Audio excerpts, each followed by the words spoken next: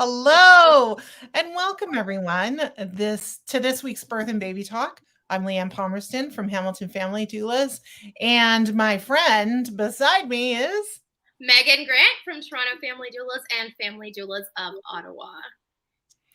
And welcome. This week we're going to be going head to head. Not really, but we're going to be talking about a study, or I guess it's a pre-release of a study that came out in this past week and last week, and discusses exercise, specifically walking, as a cure or treatment for postpartum mood disorders.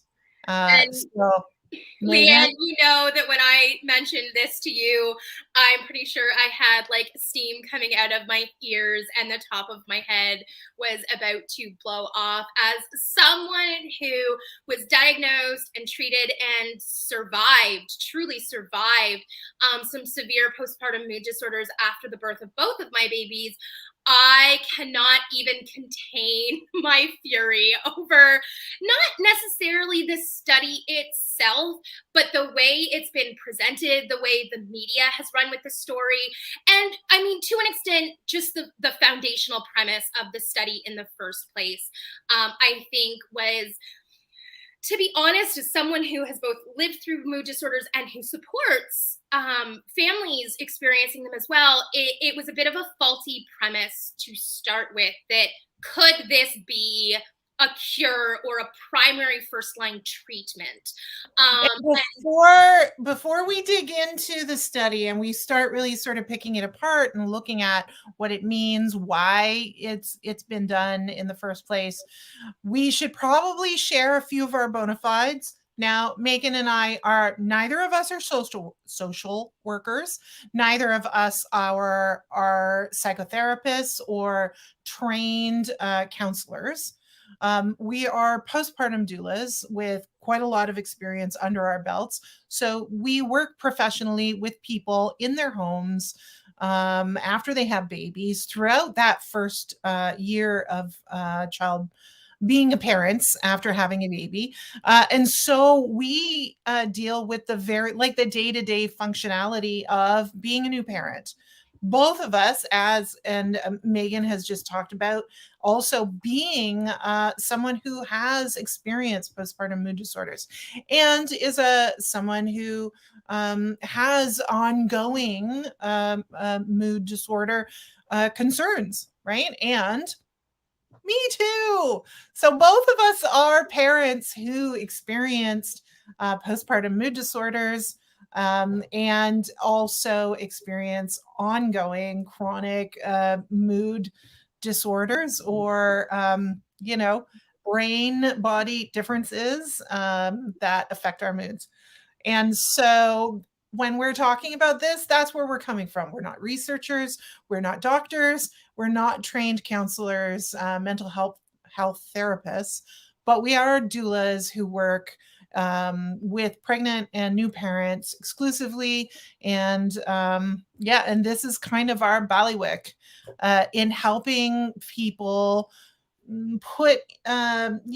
just get through the postpartum period in particular. And I want to expand on that a little bit, that sometimes this is the challenge with other professionals, and I've said this for years, whether that is a pediatrician, nurses in hospital who give instructions upon discharge from giving birth, lactation consultants as well. There's sometimes a disconnect between what works on paper or in a laboratory or through a study and what is like actually happening in people's homes on a day-to-day basis and a day-to-day functionality. And where that disconnect happens between sort of the professionals with more letters after their name than us is what we see and deal with every single day. So like, this is, well, we're not researchers. We can certainly spot a good study when we see one. But we are seeing, like, we're the people on the ground who are observing this from a professional capacity. So we are disconnected from the actual experience of the disorder, in that we are not right now, at least, in the middle of that experience, but we are watching it and we are seeing it unfold, and we are seeing how it impacts all aspects of a new parent's life and family and relationship with their baby. And we also know from a lot of studies that postpartum depression, postpartum mood disorders, which are often referred to as PMADs, which is a term Leanne and I will probably use frequently today. People with PMADs, their sleep, their relationships, they're feeding their baby, their relationship with their baby. We know that all of these things are very interconnected. So we look at everything from a far more holistic viewpoint than, say, someone's family practitioner, who is usually one of the first places a new parent goes if they're realizing they're experiencing a mood disorder, or that something's not right and they need to look into it. So family practitioners, usually the first person, but there are also midwives, obstetricians, pediatricians, who people initially connect with. And then beyond that, of course, are the specialists in mood disorders and the researchers in mood disorders. And so we take those treatment plan ideas and we help our clients integrate them into their entire lives. So if their treatment plan goes beyond popping a pill, it might involve like particular lifestyle choices that they need to make. We are often there to kind of support those, to bolster those treatment plans and be one sort of leg of the table of the treatment plan, often, and giving advice in how to make the treatment plan happen for real people in real actual lives, taking into account all of the things that they have to be mindful about as brand new parents, especially if they're first time parents and they're also sort of learning on the job, as they're trying to work in a more integrated treatment plan. So let's talk about the study itself. So to start, I will be full disclosure, I have not currently read the actual study itself. We full disclosure. We originally had a different plan for today, but this was really important. We wanted to talk about it. Yeah, I've done everything. Like I've got some secret methods for how to uncover the full studies, but because I think there's a combination of problems going on here, and I think it really rests on the fact that this is a pre-release of a study. So this is like, someone, and it's a meta-analysis too. So, and a meta-analysis is considered like a couple of degrees slightly above a double-blind study, right? Usually we say a double-blind study where we look at one group of people who are doing the thing that we want to study, and one group of people who are going like taking maybe a sugar pill, right? Like doing like we tell them they're doing the stuff we're studying, but they're not actually getting the real deal. And then we look and see what are the differences between them, so that we can identify how effective certain plans are, medicines, chemicals, all kinds of things, right? Now, a meta-analysis has a look at every single type of study that has been done on a particular subject, and then it filters out the ones that are not as good quality, and then it takes as much of that information and synthesizes it all together. So where you might have 10 studies with 50 people each in them, now we have one study with 500 people in it that can tell us a much more broader thing. So if every single one of those smaller studies says essentially the same thing, the meta-analysis has a very strong degree of certainty about what the evidence is that is being shown. Now, there is a confounding factor here with meta-analysis, though, in that, yes, they're in theory sort of discarding the studies that are not good quality, but a meta-analysis is only as good as the study subjects it's using. So if you have 10 studies you're looking at, and right off the bat, you're like, these are garbage, they're not helpful in any way, but of the 5 remaining, 1 is amazing, 2 are good, and 3 are okay. you're still not basing your meta-analysis on the best data available. Yeah. I mean, it is the best data available, but that doesn't make it the best data. So there are some complications with meta-analysis, but right off the bat, when I started reading these articles as they came out, the first thing that struck me were the numbers, and which is hilarious because I am so not a number person, Leanne, which you know, but this was when I was like, wait a second, it's a meta-analysis, which should make it a larger pool of data. Mm-hmm. And we've got 242 participants. That's like, I don't think there's a hospital in Toronto that only does, like, that is less than a hospital's worth of people. Yeah. In terms of giving birth.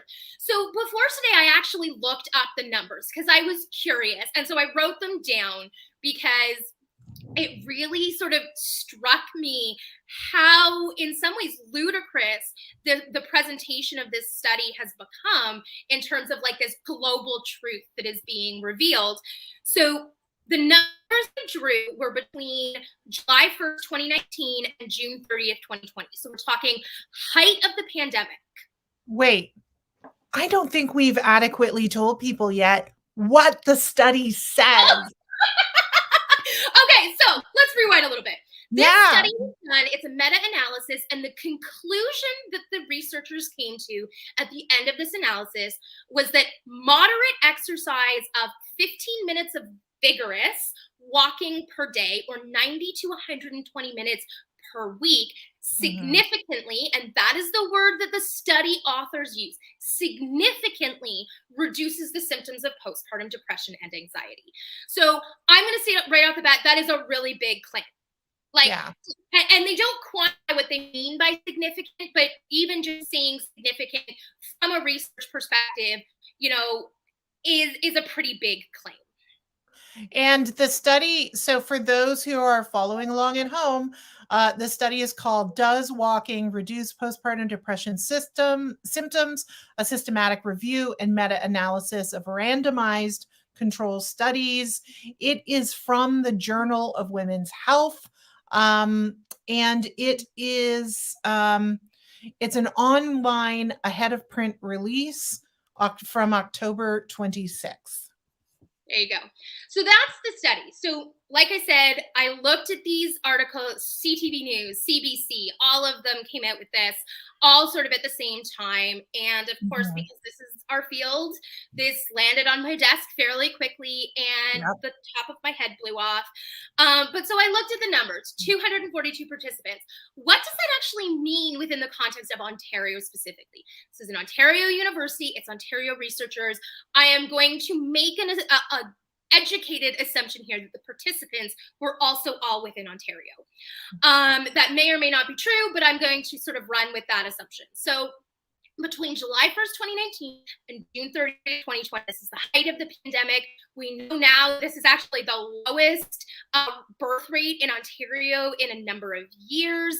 Obviously, the pandemic impacted people's plans on reproduction. So we know that not only is this sort of a smaller number than we might have in an average year, this is also at a time when stress, depression, anxiety, postpartum mood disorders are at an all-time high because of the external factors of we are living through a global pandemic.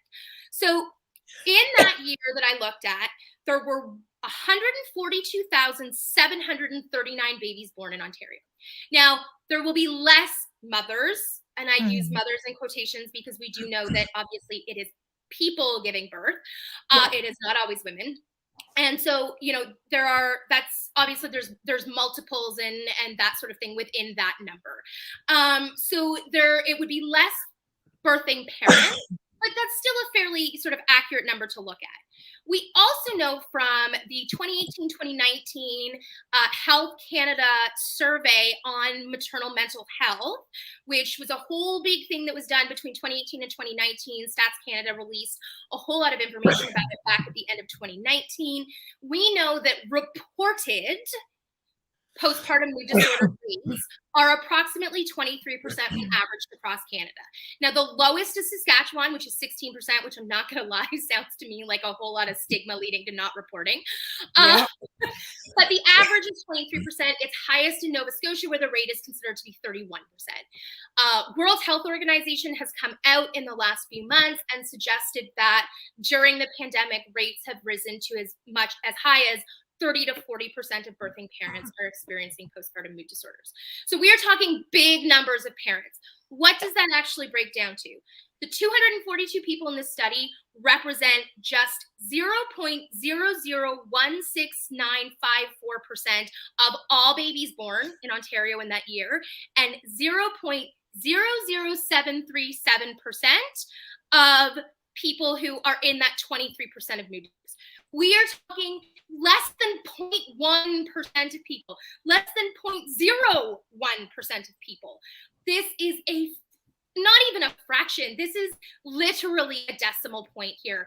And so for us to take such a tiny data point and extrapolate it to a treatment plan for the majority of people who are experiencing postpartum mood disorders is a ginormous leap. Like, this is one side of the Grand Canyon to the other.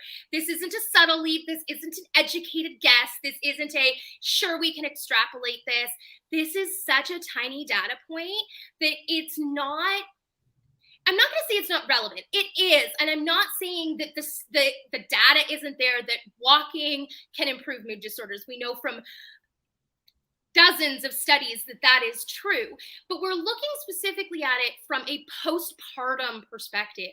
And there's a lot of confounding factors in that. And Leanne, I think in a few minutes, you're going to talk about sort of chronic stress and what all of that does to the body and how it contributes.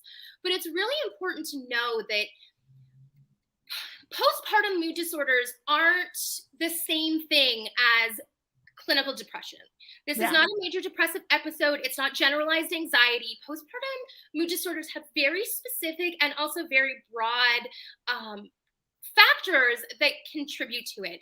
And we know both from our work as doulas, but also just from the studies that have been run, that breastfeeding problems and challenge are a massive contributor postpartum mood disorder. In fact, that's the first thing I, as a doula, look for when I go into a client who's experiencing breastfeeding issues. Is I am mentally screening, is this someone I need to talk to about mood disorders? Because that is one of the one of the top indications for a mood disorder. Physical recovery. Oh, sorry, you were gonna jump in. Well, yeah. So like essentially we can break mood disorders into a couple of different categories for the postpartum person. Either you have a pre-existing mood disorder, which intensifies in the postpartum period. You have a predisposition for mood disorders, which then emerges in the postpartum period.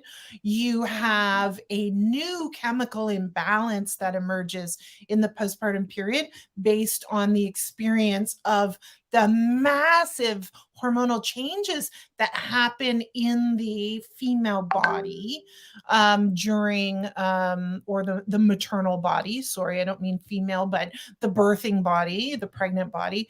The huge hormone changes that bathe the brain in new neurochemicals, which can cause permanent changes. So some people find that they have new diagnoses emerging that are based on that. And then there are the sort of lifestyle factor based ones where we have breastfeeding, sleep, the literal just lifestyle change of suddenly I have to take care of something constantly. I am almost never alone. I have a huge amount of responsibility on top of me, which is akin to, you know, some of the huge changes that can take place when we move to new cities or new countries, when we start, you know, when we leave high school and go to university, when we get married for the first time. Like all of these kinds of huge life changes can cause similar mood disorder problems, which we see that bears out in the actual real lives of people. Now, we're not telling, first year university students who are like deeply depressed because of their major lifestyle changes, we're not telling them, you should go out and walk more. Like that, I think what you and I are reacting to with this study is it just seems like so much weak sauce. Like there's I more said this important things that we need to be looking at, for God's sake. And we need to be talking about the different kinds. Like if it's chemical imbalance, you can walk for fucking years and it will not cure a goddamn thing. If it is a lifestyle based problem, then it can be part of a multi-pronged approach to better wellness. But I think the multi-pronged approach is the key. The biggest challenge I had with the study is it presents this almost as the solution. Yeah. If moms just walked more, they wouldn't be depressed, which is honestly the most ludicrous place to come from in a long time.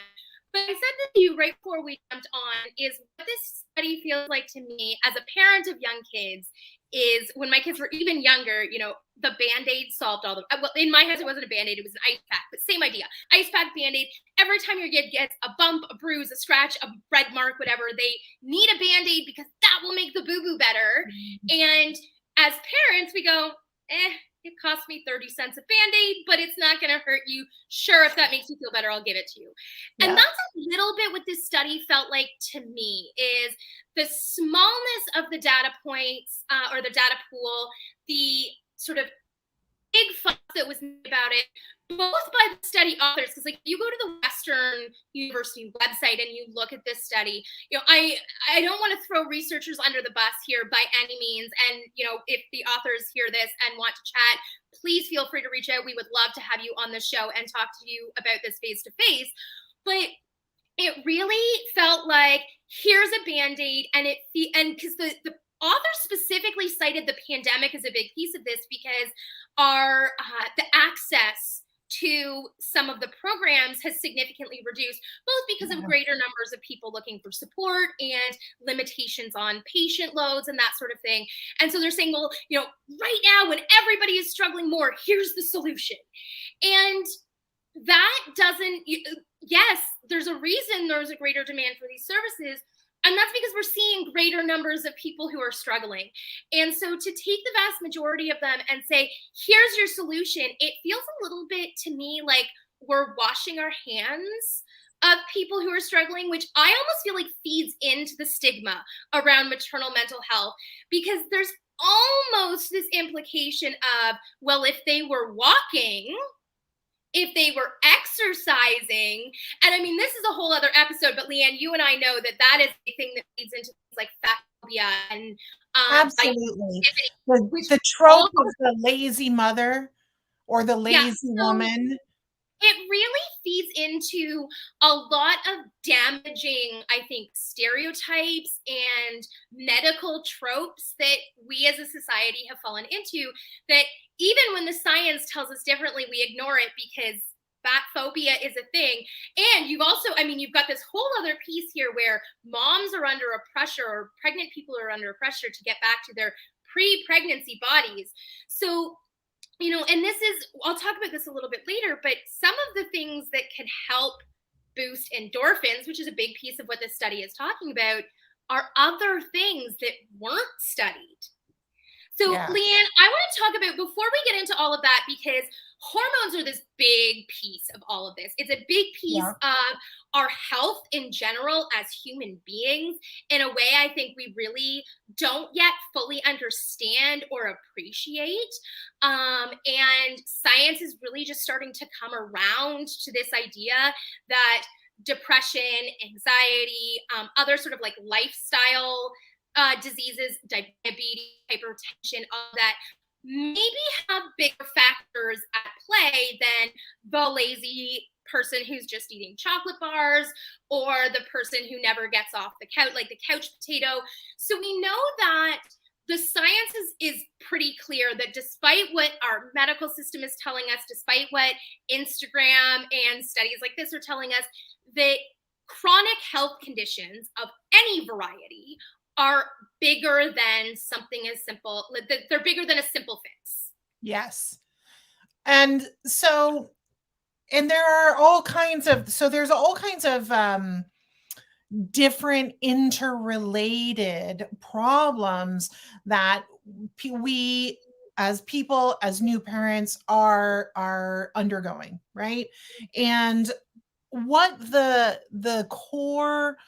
um the core kind of causality of all of these things is one major thing. Now, the source of what that cause is from a lot of different things, but we can boil almost all lifestyle dependent kind of disease pathways down to chronic inflammation.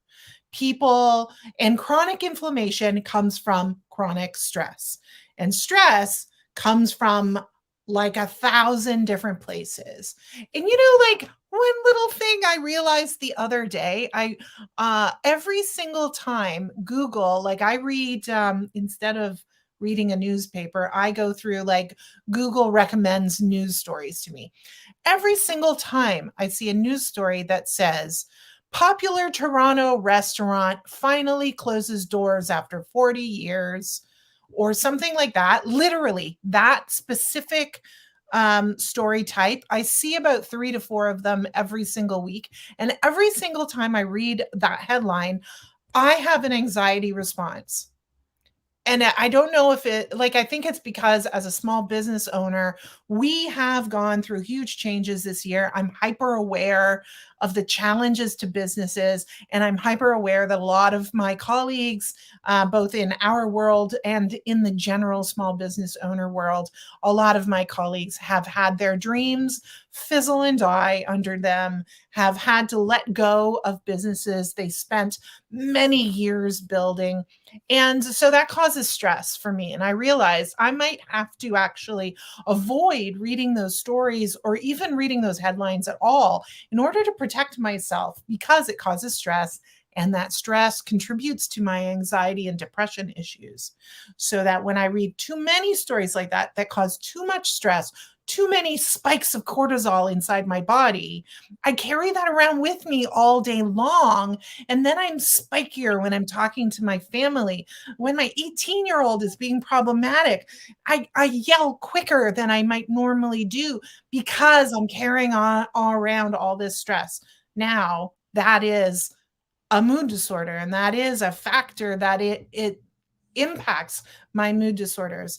And when we're looking at people in the postpartum period, there are many different kinds of stress that are happening, and they're happening on a chronic basis. They're unrelieved in most caregivers, and I'm just going to say it, like most of the caregivers who are taking off a year to 18 months here in Ontario and in Canada beyond to take care of their infant children, most of those are women. And those women take on, even if the rest of their lives have a fairly egalitarian distribution of tasks and mental workload, the parenting workload still falls massively on the shoulders of women. So we have women who are at home alone, taking care of babies, not getting enough sleep, like just chronically underslept with interrupted sleep chronically. They're carrying around fatigue on a chronic basis. This is not just I had like 3 shitty nights of sleep. This is I haven't slept for more than 3 hours at a go in over a year. And that does have really serious impacts on the very vessels that carry the blood inside our body. Like literally, you want to know what causes like arterial sclerosis and heart disease, type 2 diabetes, a massive amount of mental health problems? It's all stress. And now I understand why researchers and clinicians are looking for easy, low interventive ways of trying to help people so that we don't have to give a whole massive amount of pharmaceuticals to people who don't necessarily need pharmaceuticals. You know, if your problem is that breastfeeding kind of sucks low key, maybe it's working, but just barely, so that you've always got this in the back of your head. I'm not pumping enough, or, oh, the baby's just not quite eating as well as they should be eating. So it's always on my mind. But then I'm also not sleeping very well because I have to wake up 2 or 3 times a night to feed my baby or to make sure that they're calm and happy. Otherwise, they will just scream, which in itself causes massive amounts of cortisol to build up in our bodies. You know, like, I have to do all of those things. Also, I am hyper aware 24 hours a day, every second of every day, of where my baby is and what their needs might be. Because I am at home with that child, I probably am also taking on a huge amount of awareness and mindfulness about the entire household. I'm managing that household. I am probably also trying to keep up with the bulk of the cooking for the household, the cleaning for the household, because I happen to be working as a parent, being a parent at home. Right. So why don't we just pile on all the household domestic duties, and have me kind of be in charge of them, even though maybe my partner does help to a lesser or greater degree, possibly on weekends when they have a bit of extra time, like, so I've got this whole kind of crazy stress stew happening inside my body constantly. Well, And I and know my then, doctor wants to help me, but they know that giving me Prozac is not going to fix that. Maybe well, getting me out into the sunshine and the fresh air, walking around and moving my body for a little bit where I can de-stress. Maybe I can throw that baby into a stroller, strap them on in a carrier. They're fine and taken care of. And then I can maybe put my headphones on and just walk for 20 minutes, right? well, and the factor that we haven't mentioned at all in this that is like a known inflammatory response is you just gave birth. You Yes. either pushed a watermelon out of your vagina or you had your stomach cut open and a baby pulled out. These are like, I know that as doulas, there's this movement of like, birth isn't medical. No. Birth isn't an emergency, but birth is a medical event in our body. Birth is extremely physical. There are, if you have a tear that needs to heal, your body is releasing, hormones and blood vessels and all to heal the tissues. If you had surgery, your body has to recover from a major abdominal surgery while also doing all of those other things you just mentioned, Leanne. We know that surgery causes inflammation. We know that cuts and lacerations and tissue damage causes an inflammatory reaction in the body. We know that blocked ducts and mastitis and postpartum infections and all of these occur. And listen, there are times that our bodies naturally kick in their immune system and we don't even necessarily, mastitis usually turns into something ugly, but a blocked duct we can often treat at home and pass and clear. But there's an inflammatory response within the body for that. And we really discount what that physical recovery looks like. It's getting better now with the push for pelvic floor physiotherapy, but I think that there's still a really bit underestimation. And I'm going to be totally blunt. I believe that people should have their babies in their lives when people want to have their babies in their life. But the older we get, the greater the inflammatory response to things like this. If I were to have a baby tomorrow at 35 compared to when I had my second at 29, I can tell you my recovery would look very different.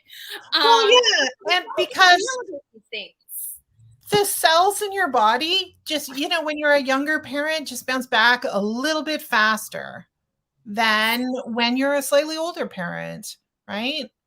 And so, yeah, there's all kinds of factors that are going in. And ultimately, that's why I say getting out and walking, great idea. It's a great idea. I am not going to say that you should not do it. It's not going to be a cure, and it is not a treatment in and of itself. It is part of a multi-pronged approach to helping new parents, overwhelmingly who are women who are undergoing these particular stresses.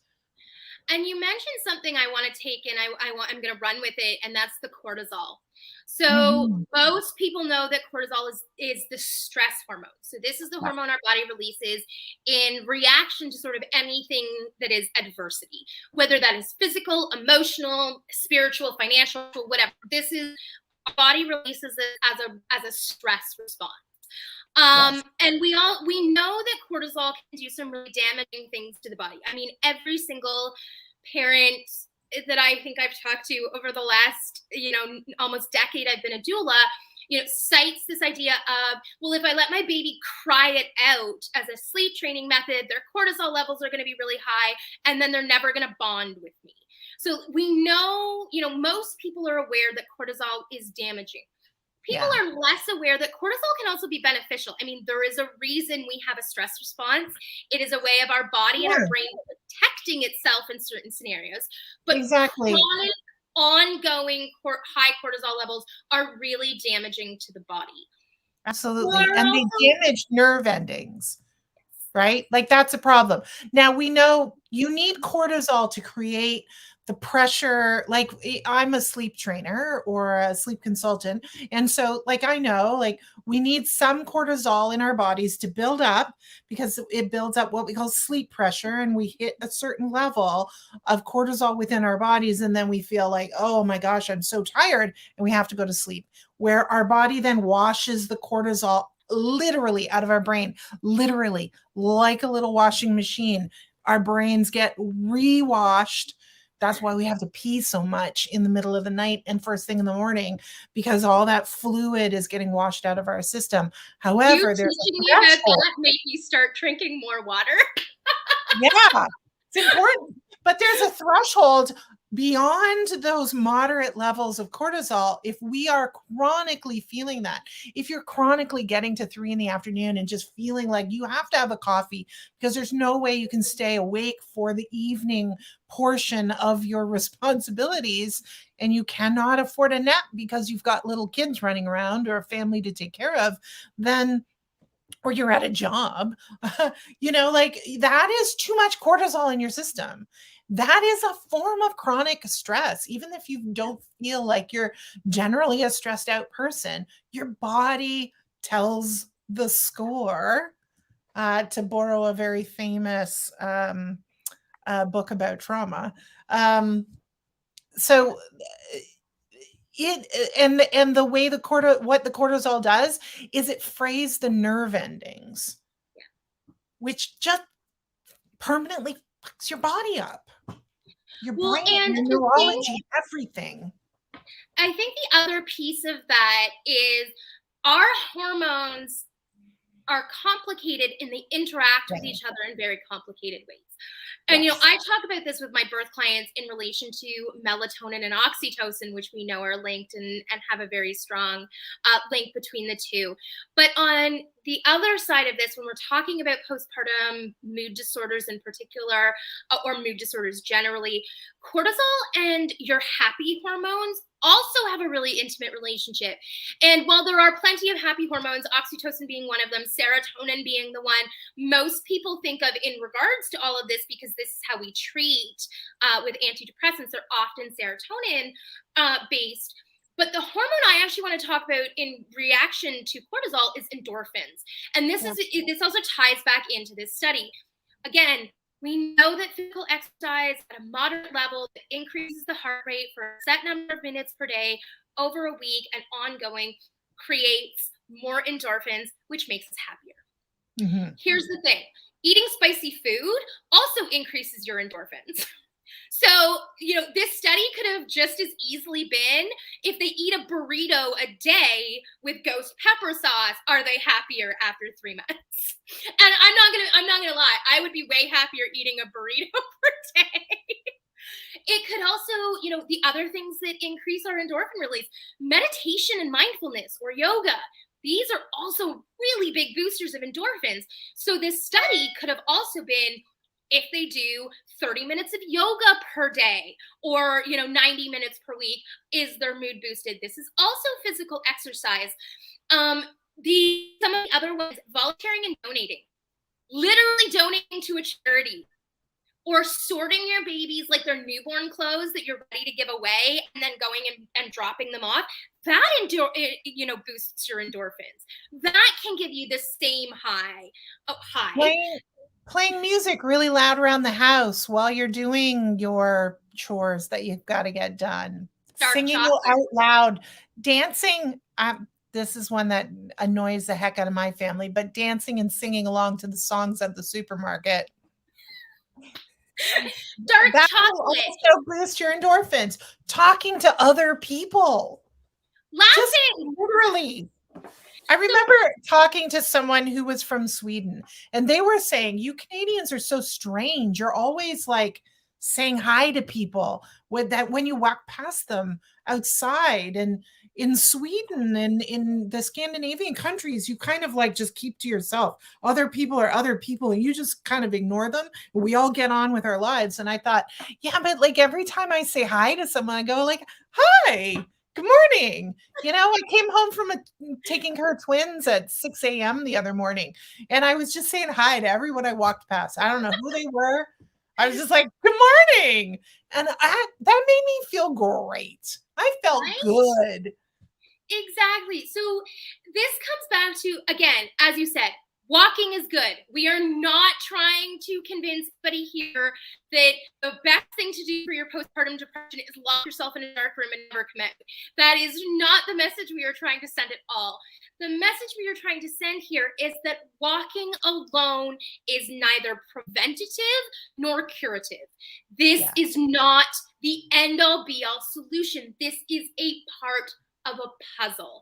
And again, to sort of bring some of all of this other, we really don't understand truly at all how the brain works. Like, keep in mind, we still don't even really understand the function of sleep in the human brain.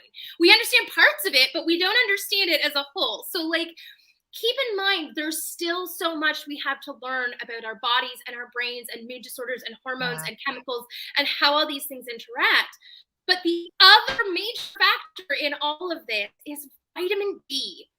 And this is hugely relevant to Canadian parents in particular. The medical assumption in this country is that you have insufficient levels of vitamin D. We know from when we used to test everybody that Canadians as a whole have extremely low levels of vitamin D. This is in part because of where we live and just lack of access and sun and vitamin D absorption through sort of 6 months of the year. But the interesting thing, and where science is really starting to look and dig into this, is Canada also has the highest rates of autoimmune disorders, one in particular being multiple sclerosis. So MS, we have one of the highest rates of MS in the world. And researchers are now starting to link insufficient vitamin D with autoimmune conditions, MS, and other neurodegenerative diseases. So vitamin D, we used to think, oh yeah, as long as you get your vitamin D, your bones will be strong. Osteoporosis isn't an issue. You're good. Now we're starting to see that vitamin D plays a much bigger role in the body than we previously understood. And I think I said at the beginning, I am making the assumption that the study participants were walking outside. Assuming some of them at least were walking outside during months where we in Canada receive vitamin D from the sun, you are already creating a boost in mood. Vitamin D is linked with mood disorders. It is linked with depression.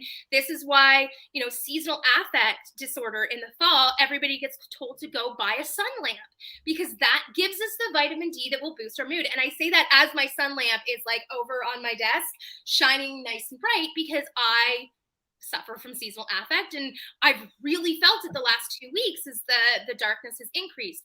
So Wow. we know that all of these things are connected.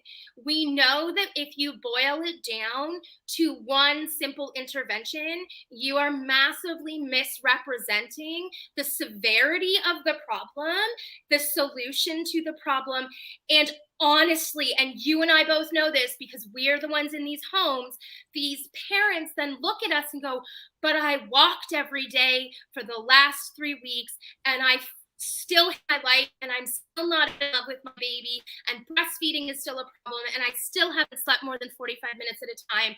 Why aren't I better? Yeah. And the So what answer is can parents do? What can parents do, Meaghan?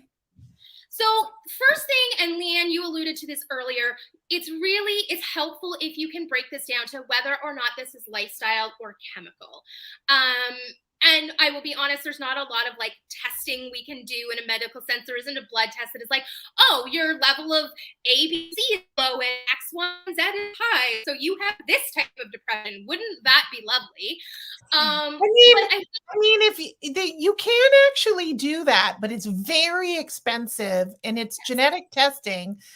I think the 23andMe and those kinds of tests now have an add-on where it actually can test your neurochemicals and like be able to tell you what actual medicines would be most beneficial for you. So if you have the kind of economic privilege that would allow you to do that testing, you can definitely go find that information out. It may cost you a little money, but you can do that now, which is very cool. But the average person does not have access to that. And the Ontario government, as far as I know, does not yet fund any kind of testing like that. No, I will also say that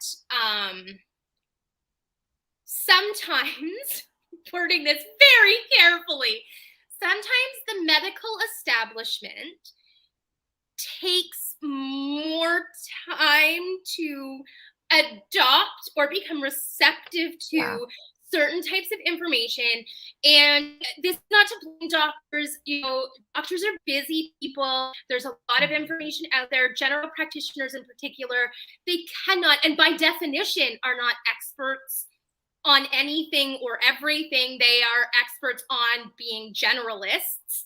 And so I think that there is a bit of a resistance within the medical community still to accept results like those, which is really unfortunate. The only place I am seeing a really big sort of medical uptake of that information is within specialists who deal explicitly with treatment-resistant depression.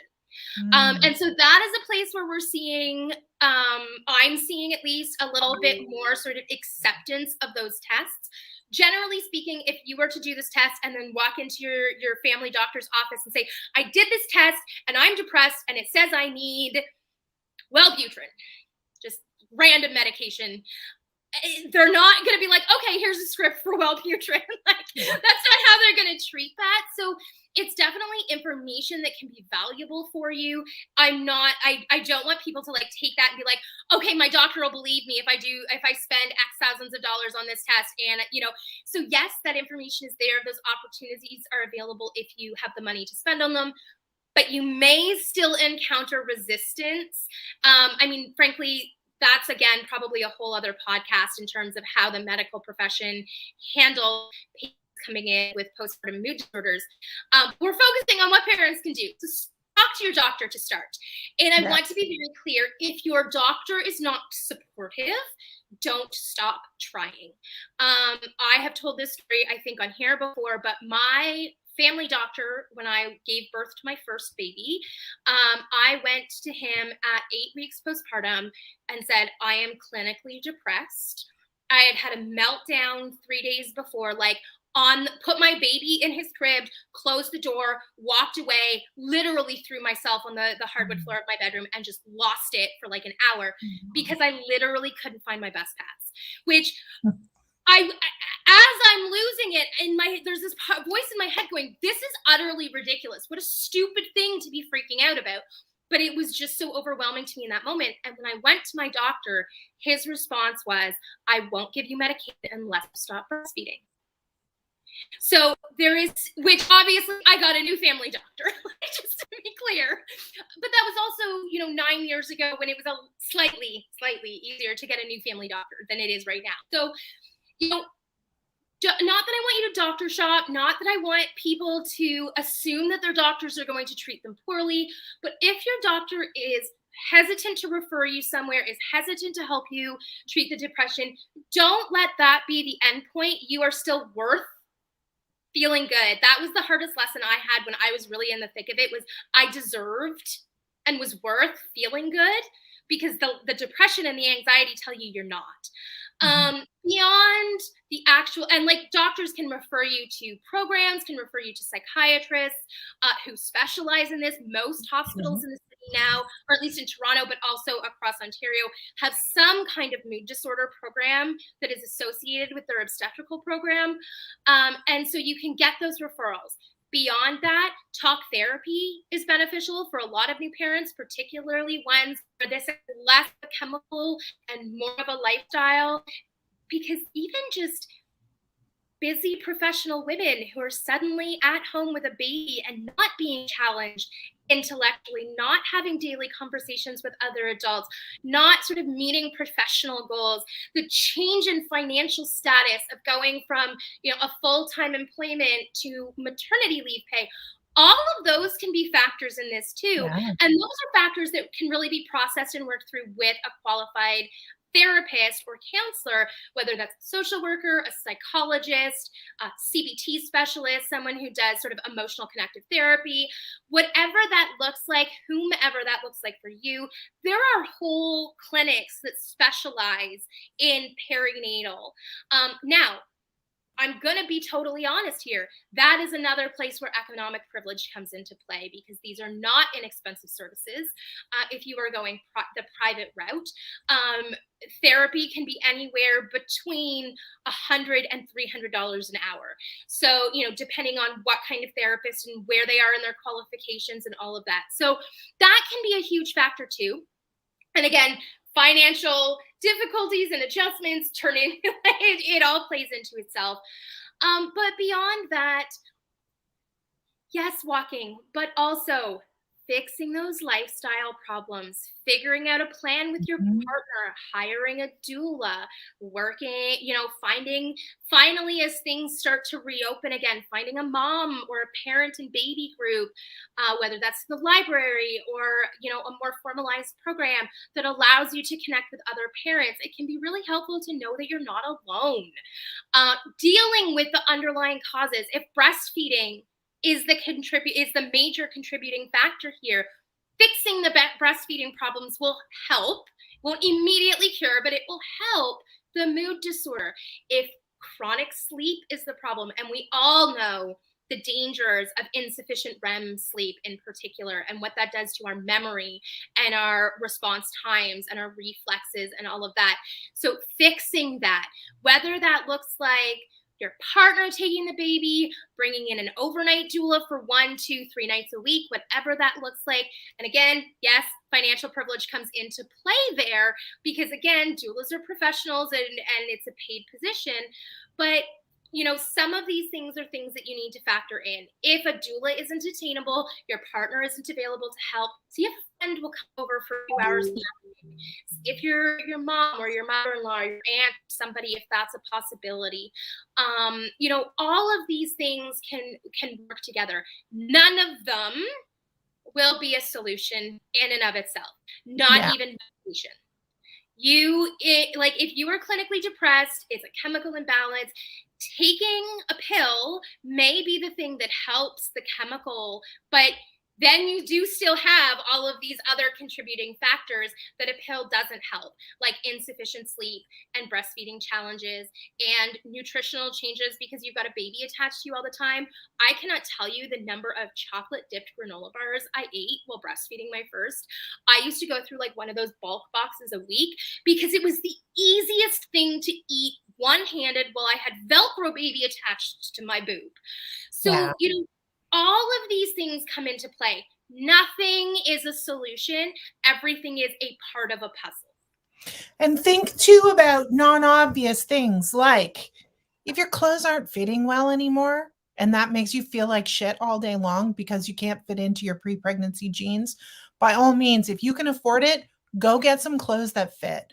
Go up to Old Navy and grab a whole bunch of tie-dyed sweats and just feel good in your body wearing clothes that fit your actual body. Eat and drink things you enjoy. Now, maybe Yes. you said, like those granola bars were like the easiest thing for you to eat. But, if I realize sometimes that I do not adequately provide myself with the snacks I love. I love a good old dill pickle, a good old fashioned brined pickle. That is an awesome snack for me. Or things like tinned sardines and tomato sauce on toast. That is something I grew up loving to eat. I love to eat that. It's packed with good nutrition. I mean, it's got a lot of sodium, but I can do a trade-off because when I eat my like sardines on toast, I feel happy. I feel well soothed inside my body. So pay attention to small things like that. I recommend to all our brand new clients to go outside first thing in the morning, even if you're not walking around, take the baby out first thing in the morning, get some bright light, bright white kind of spectrum light on your face, on your baby's face, get a little bit of cool morning air into your lungs. Those very small things can help to set the stage for more calming, happy hormones inside your body so that we can start to downregulate even the chemical imbalance stuff and the lifestyle stuff, all those stressors on your body, we can start to downregulate them. We can help to moderate them in your body, and you can start to feel better. And it just like, or even just saying to yourself, like, I never have time to read, right? Like I never have time to read. I always have a baby in my arms. Well, when your baby goes down for a nap, if you know that you've gotten a decent amount of sleep across a day, maybe take 30 minutes just to yourself to just read an actual novel, something indulgent for yourself, which you will enjoy. Put music on, just leave it playing all day long. Throw on a Spotify or an Apple playlist, play it in the house, dance around with the baby. These things can help you feel good within your body without being anything that costs you money, anything that you have to leave the house to do, because sometimes that feels, just the thought of that feels so overwhelming. Or get out of the house and maybe like go for a walk around the mall or something. Drive to the mall, take the bus to the mall, walk around a couple of times. If you have a limited budget, but it allows you to maybe buy yourself a nice chai tea latte in the afternoon or in the morning, indulge yourself with something like that. That's a strategy I used to do for my own mental health. Every once a week I would go to a mall, I would buy myself an indulgent little drink. If I had the funds, maybe I'd buy like a cute onesie or something at Carter's, or I might buy myself like a new scarf or a pair of mittens from the Dollarama, even just so I can have a cute little pair of mittens in my pockets.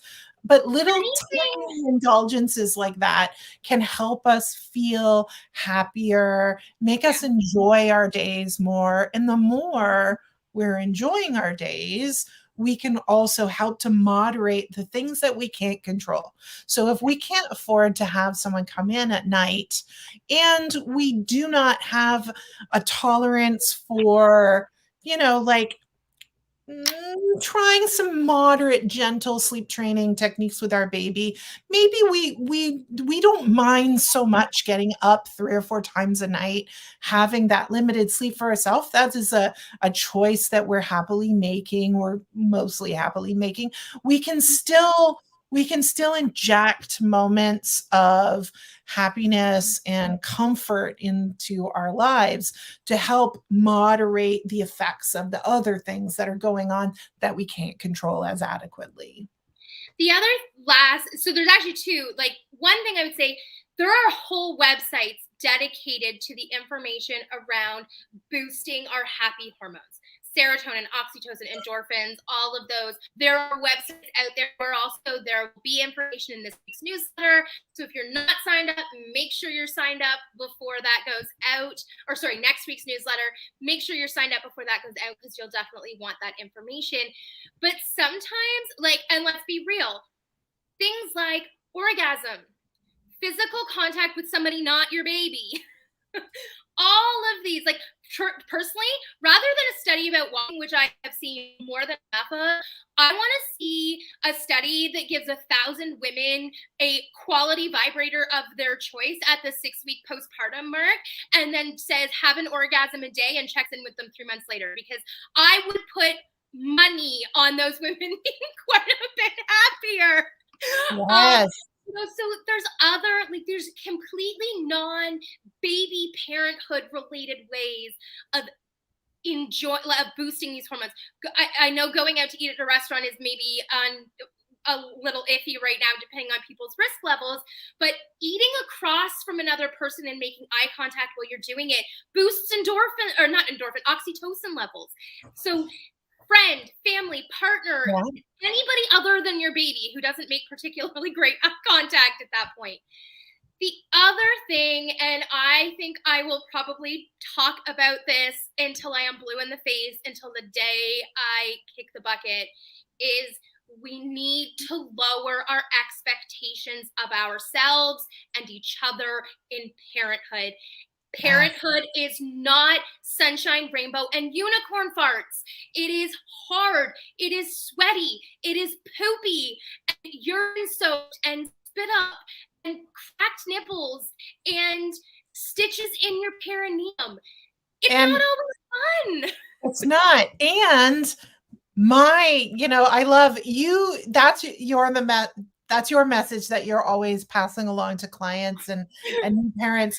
My message, I'm always like, your Gen X auntie wants to tell you, you cannot over-engineer a baby. You can't breastfeed and cuddle a baby into mega attachment, which will then turn them into the most well-adjusted person on the planet, who also makes an enormous amount of money at their very valuable job in the future. Like, you give the babies love, do the best you can with what you've got, and that's all you need to do. You're gonna screw it up. Yeah. And that's okay. Because I tell you, like, I always love to say, Albert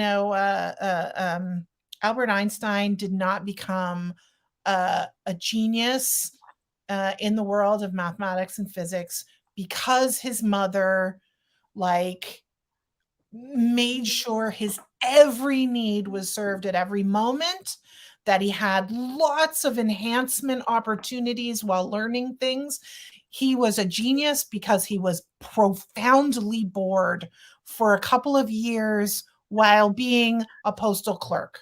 Like, literally, he sat in a room alone, bored out of his tree, doodling math programs. That's why he turned into a genius. So folks who are like, what is the best toy to enhance my child's learning? And we should set up an environment that has like special black and white blocks and a wooden spoon. Yeah, exactly. Give them a wooden spoon, a box. Maybe don't give them your keys to teeth on, but like, there was a parent thing, the keys thing. I grew up where people would always give their keys to babies who would suck on their keys. Just think about that. That is a world. I had a parent recently in a parenting group who was like, I'm thinking about Christmas presents for my baby who will be 7 months old. And what I wanted to say is their favorite thing will be the crumpled up paper. Yeah. They don't care about what's in the boxes.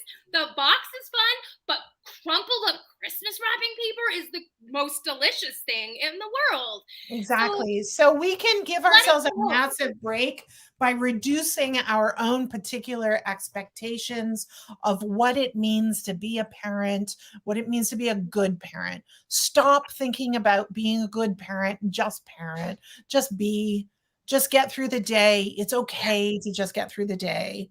Yes. And you then, do not have to be an Instagram parent. Exactly. And pay attention to your own personal needs as a human being.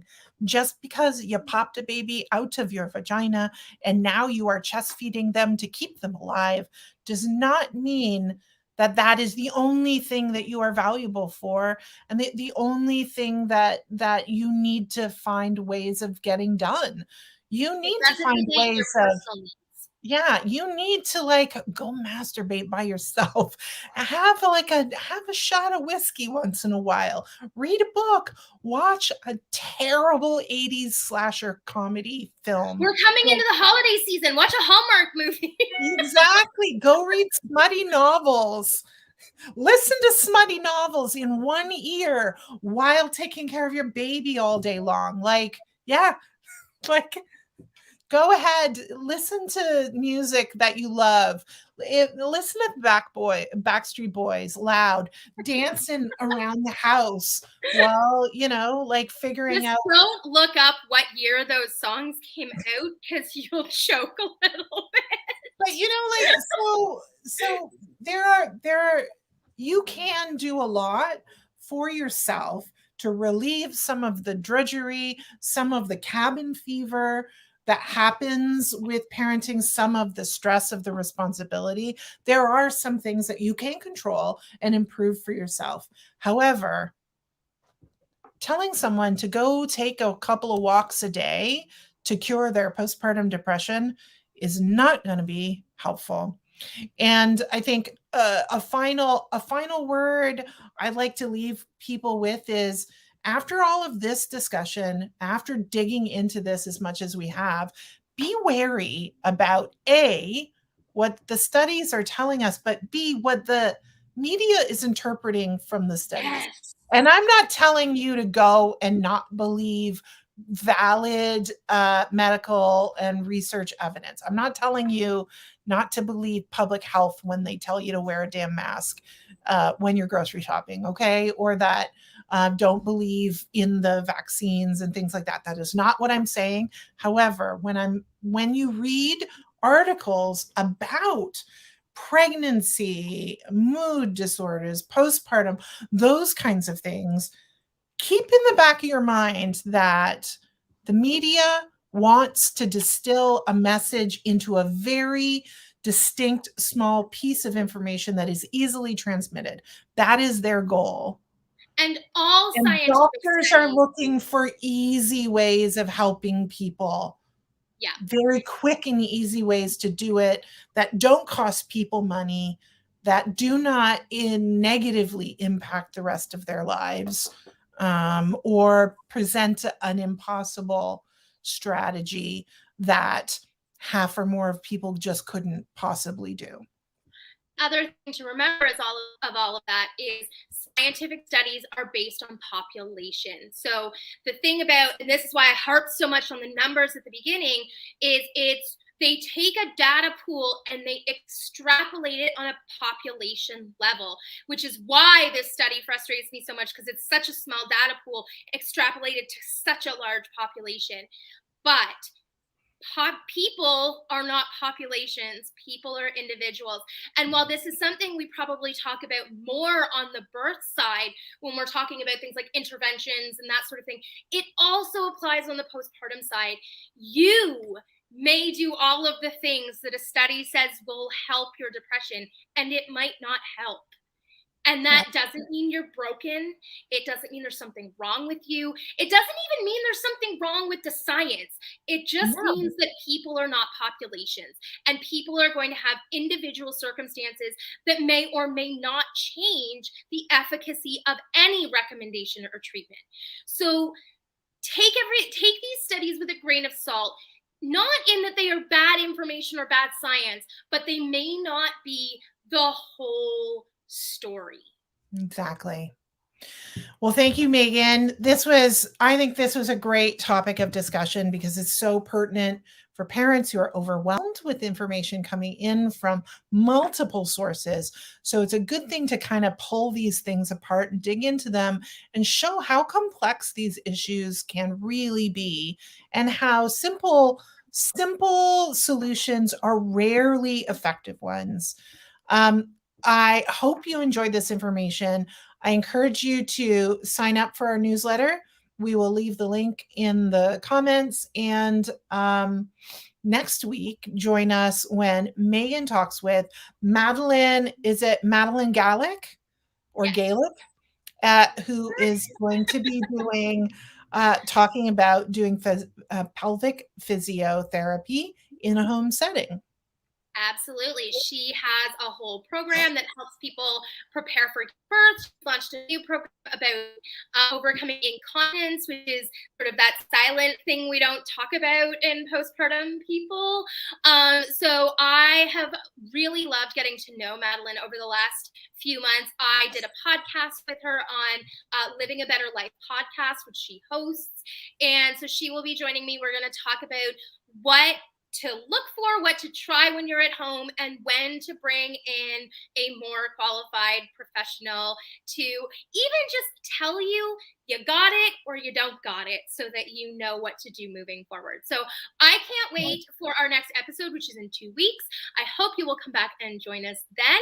And we are looking forward. Thank you, everybody, for joining us. Obviously, this was a big topic, but I think it is so important because it impacts so many local families and people that we work with and people we don't work with, but who reach out for help. And I think the final thought I want to leave people with is if you are experiencing a postpartum mood disorder, it is not a life sentence. It is not, you will be happy again. You deserve to feel happy. You are worth feeling happy. It's not a pipe dream to love parenthood. You can get there. You are not alone, and there is help available. So if you are struggling and if you are suffering, please reach out to someone that you trust. You do not have to do this by yourself. You also don't have to just go out and walk to make it go away. But there is help and there is support, and you don't have to suffer. Everybody is stressed. Everybody is struggling right now. But when you add a baby on top of that, it exacerbates those stresses in a big way. And you don't have to suffer or be miserable. This is meant to be a happy time, even if it's an overwhelming time, and you can get there. And both Leanne and I are living proof that you can get to the other side of that and love being a mom, love being a parent, love what you're doing, and be more than just a parent and a mom as well. So please don't keep those feelings inside. Don't bottle them up. Don't suffer in silence. Know that there is help out there, and don't let studies like this make you think that there is something wrong with you, because it's not the solution for you. You are definitely not alone. Thanks, folks. See you in 2 weeks.